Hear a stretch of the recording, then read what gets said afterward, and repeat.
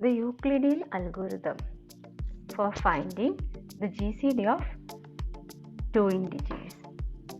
To find the GCD of two integers, say a and b, where we assume that a greater than b, we first divide b into a and write down the quotient q1 and the remainder r1, where the relation is a is equal to q1 into b plus r1.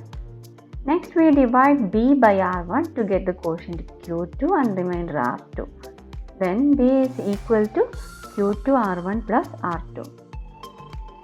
Now, we divide r1 by r2 such that r1 is equal to q3 r2 plus r3.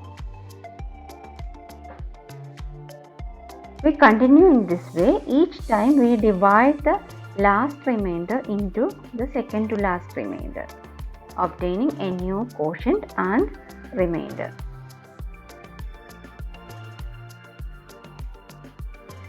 When we finally obtain a remainder that divides the previous remainder, in the nth step we got a remainder Rn which divides Rn minus 1.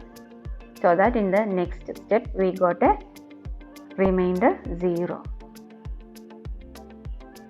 Then we claim that the last non-zero remainder, that is Rn, is the GCD of a and b. We claim that the Euclidean algorithm always gives the GCD in a finite number of steps. We can prove this statement. First, it's easy to observe that the remainders are strictly decreasing from one step to the next. That is, a is greater than b by our assumption and b is greater than r1, since r1 is the remainder obtained when we divide a by b. So b is greater than r1. Similarly, r1 is greater than r2, since r2 is the remainder we obtain when b is divided by r1, and so on. So this sequence r1, r2, r3 and so on must eventually reach 0, since the inequalities are strict inequalities here. Thus, the process will definitely terminate in a finite number of steps. Now we need to prove that the remainder Rn is in fact the GCD of both a and b. For this, first we prove that Rn is a common divisor of a and b. Let us consider the relations obtained. Here, in the last equation, Rn minus 1 is equal to Qn plus 1 into Rn. This means that Rn minus 1 is a multiple of Rn. Or in other words, we can say that Rn divides Rn minus 1. And in this equation, we have Rn divides this term Rn itself, and we know that Rn divides Rn minus 1. That means Rn divides the right hand side of this equation. So Rn must divide the LHS of the equation also.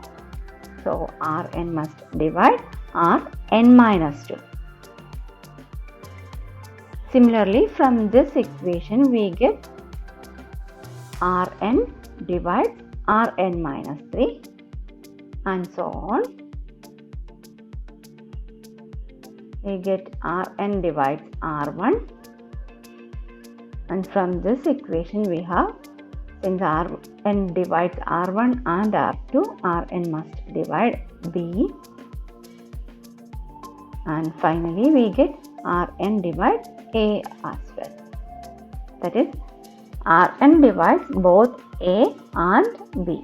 So Rn is a common divisor of A and B. Now it remains to show that If D is any divisor of both A and B, then D divides Rn. That is, we are showing that Rn is in fact the greatest common divisor of A and B. For this, let us assume that D is a common divisor of A and B. Then, from the relations we have obtained,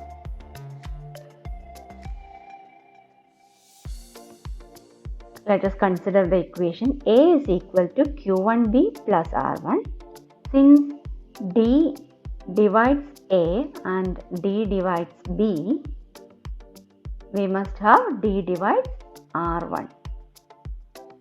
Similarly, from the second equation, since D divides B and D divides R1, D must divide R2. Continuing like this, we get D divides R3 and so on. D must divide Rn minus 1, and in the next step we will get D divides Rn also. Thus,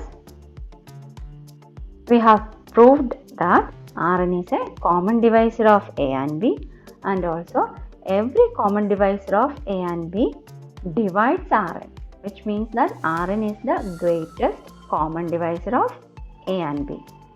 So, we can conclude that the Euclidean algorithm gives the GCD in a finite number of steps.